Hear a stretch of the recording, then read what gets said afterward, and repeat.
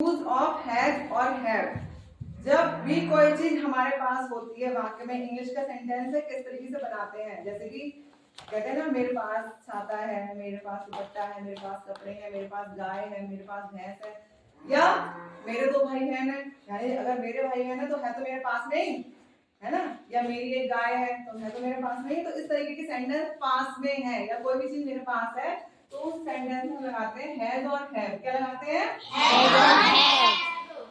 एक वचन के लिए, एक वचन जानते हो ना, जिसमें एक चीज आती है वहां पर हम लगाते हैं हैज। क्या लगाएंगे? हैज। एक वचन ही, शी, इट, या कोई भी नाम दे रखा है, एक वचन है या सिंगुलर, एक वचन को सिंगुलर कहते हैं ना, तो ही, शी, इट, इनके आगे हम लगाएंगे हैज। क्या लगाएंगे? हैज। हैज लगाएंगे। किसका यूज करेंगे?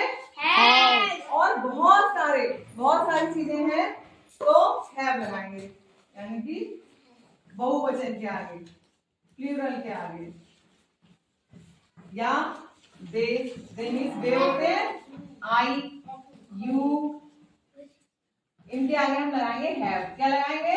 हैव। अब लगाना कैसे है देखो। पहला सेंटेंस, मेरे पास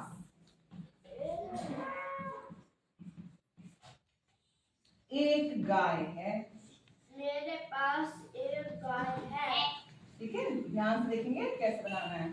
मेरे पास का मतलब आई, मतलब मैं अपने लिए कह रहा हूँ, अपने लिए के लिए क्या लगाते हैं? आई। अब मैंने बताया प्लूरल दे, आई, यूकेशन क्या लगाते हैं? हैव। आई की तुरंत बाद लगा दो हैव। क्या लगाएंगे? I have. एक के लिए ए, एक के लिए क्या लगाते हैं?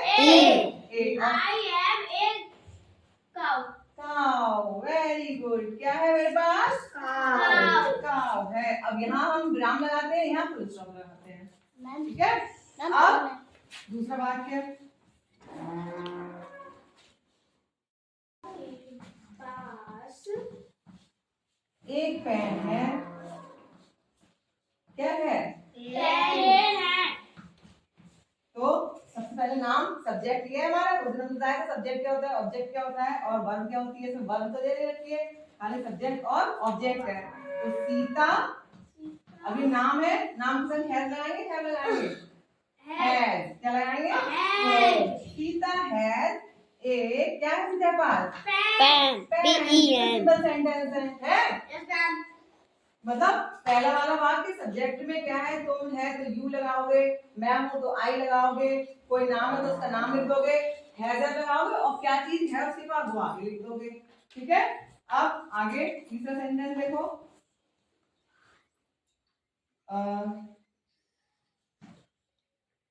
राम के दो भाई हैं। दो भाई हैं। ठीक है, तो राम के हैं तो यानी राम के पास है ना, तो राम ये नाम है, इसी के हिस्से लगाएंगे हैज या हैव? हैज। राम हैज, दो को क्या कहते हैं? टू। और भाई को? ब्रदर्स।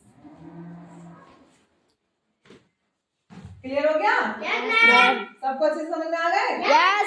कर लीजिए। अब मैं आपसे पूछती हूँ, जल्दी से नोट कर लीजिए। बता रहे हैं, ठीक है, मैं आपसे पूछूंगी, आप बताइए।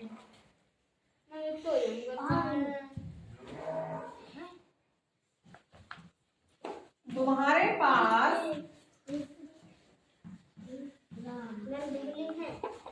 पास एक सेब है, बताओ क्या बनेगा इसका? तुम्हारे के लिए यू। क्या लगाएंगे? यू। अब बताओ यू के साथ क्या लगेगा? हैज। देख लो, हैव। क्या लगाएंगे? You have a Apple. ठीक है, अब बताओ सेंटेंस सही है गलत है? सही है। पक्का सही है? हाँ मैम। कोई गलती नहीं है इसमें? मैम ने ए का प्रयोग और एन का प्रयोग बताया है। ये वॉवेल, एप्पल क्या है? वॉवेल है, इसके आगे क्या आना चाहिए? An. You have an apple. तो ये भी मिस्टेक मानी जाती है, अगर आपने एन नहीं लगाया वॉवेल्स के आगे तो वो आपका सेंटेंस गलत माना जाएगा, ठीक है। तो यू हैव एन एप्पल। अगला बताएगी काजल। काजल के पास एक किताब है। एक किताब है। कौन बताएगा, कौन बनाएगा इसे? बहुत सरल। मैम काजल की पहले मैम हाँ जी, काजल पहले आ गई। काजल फिर है काजल नाम है, नाम के साथ ma'am has Kajal has a book. Very good, कितना सिंपल है। काजल है वो बुक, ठीक है। Yes, अगला, उसके पास एक बिल्ली है। क्या है? एक बिल्ली है। देखिए कितने बच्चे बना पाते हैं इसे, बनाओ। मैम उससे के लिए ही देखो, अब ये नहीं पता लड़की है, मैम, he भी लगा सकते हैं, she भी लगा सकते हैं। he have a he के साथ में has है बेटा। he has a cat। cat, he has a cat। सारे बच्चे क्यों नहीं बोल रहे हैं? सब कुछ समझ में आया क्या? कितना सिंपल है। पहला सब्जेक्ट लगा दो, उसके बाद has लगा दो, बाकी जो ऑब्जेक्ट है वो लगा